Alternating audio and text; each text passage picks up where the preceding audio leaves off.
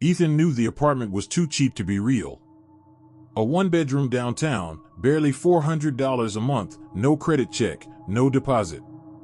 The landlord had looked nervous handing him the keys, mumbling about old building quirks and rules for safety. Ethan, broke and desperate, barely listened. He was just happy to have a roof that wasn't a car. The place was small, quiet, dust clinging to the air like memory. The walls were yellowed, the light dim, but there was space enough for a mattress and a laptop. Only one thing caught his eye, a narrow door at the end of the hallway, sealed with a metal latch, painted the same color as the wall. "That one stays locked," the landlord had said. "No one goes in. No exceptions." Ethan had chuckled. "Storage?" "Something like that," the old man replied, avoiding his eyes. "If you hear anything from that room, ignore it." Ethan thought it was weird, but the man's tone carried the kind of weight that made laughter die in your throat. The first few nights were uneventful. Ethan worked late shifts, came home exhausted, and fell asleep to the low hum of the city. But on the fourth night, around 3 a.m., he woke up to a sound, faint, rhythmic. Knock. Knock. Knock. He sat up, confused. It came again. Knock. Knock. From down the hallway. From the door. The forbidden one. He told himself it was the pipes, old buildings made noise.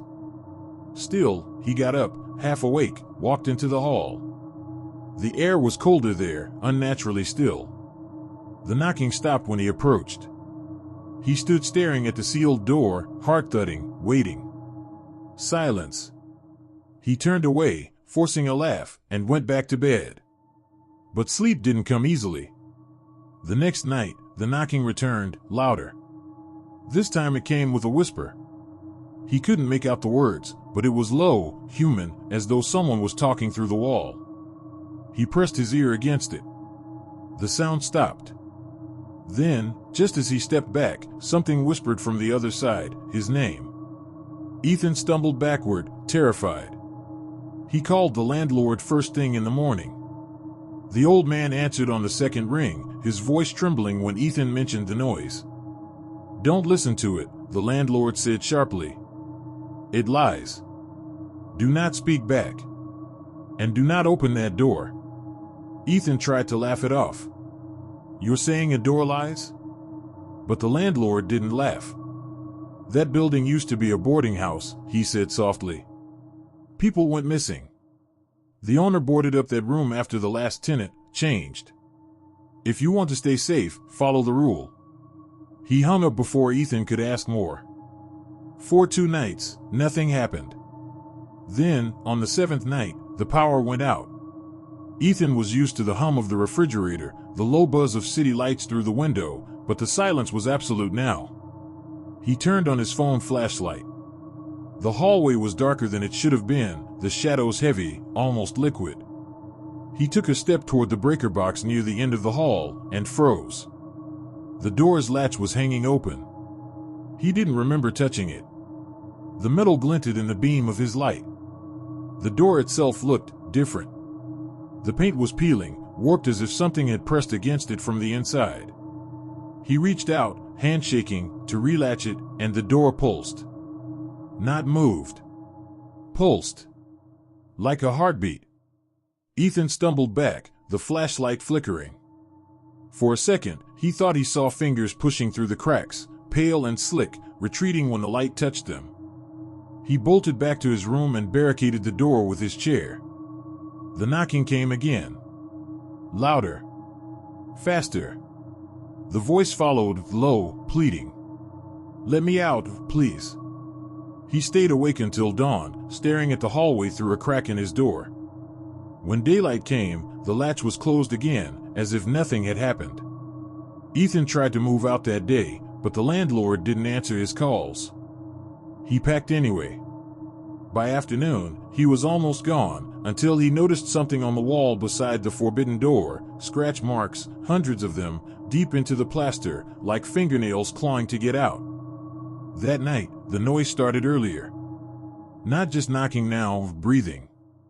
Heavy, labored breathing, like someone standing just inches from the other side. The air smelled metallic, sharp, wrong. His lights flickered again.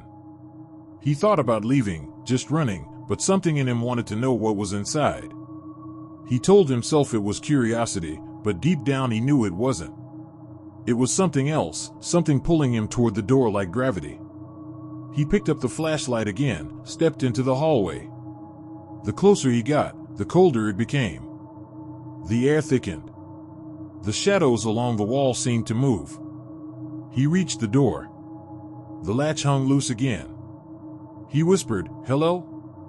The breathing stopped. Silence. Then, faintly, his own voice whispered back, "Hello." His heart nearly stopped. He stumbled back, hitting the wall.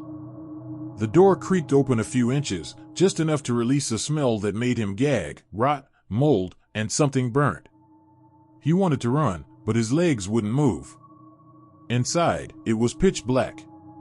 His flashlight barely cut through the dark. The walls were wrong, uneven, covered in something that looked like wet fabric. A shape moved in the corner, tall and thin, shifting just out of light. He lifted the flashlight higher and saw faces. Dozens of them, half-formed, pressed into the walls, mouths open in silent screams, eyes rolled white. And then one of them blinked. Ethan dropped the flashlight. The room came alive with whispers, 100 voices speaking in unison, all whispering his name. The door slammed shut behind him. The light on his phone flickered, then died. He screamed, pounding on the door, but the walls pulsed around him like a living thing. The last thing he saw before the dark swallowed him completely was a face forming inches from his own. It looked exactly like him. The next morning, the landlord stood outside the apartment, key trembling in his hand. The tenant's car was gone. The bed was untouched. Only the forbidden door looked different. It was perfectly sealed again, as if it had never been opened. From behind it came a faint sound. Knock. Knock. Knock. "You shouldn't have opened it," the landlord whispered, tears filling his eyes. That night, another tenant moved in. A woman this time, cheerful, grateful, unaware of the history. The landlord gave her the same warning, "Don't open the door at the end of the hall." She laughed, promised she wouldn't. But that night, around 3 a.m., she woke to a voice whispering softly through the wall. It said her name. And when she listened closer, she could hear faint knocking, and a man's voice on the other side, crying softly, begging her to let him out.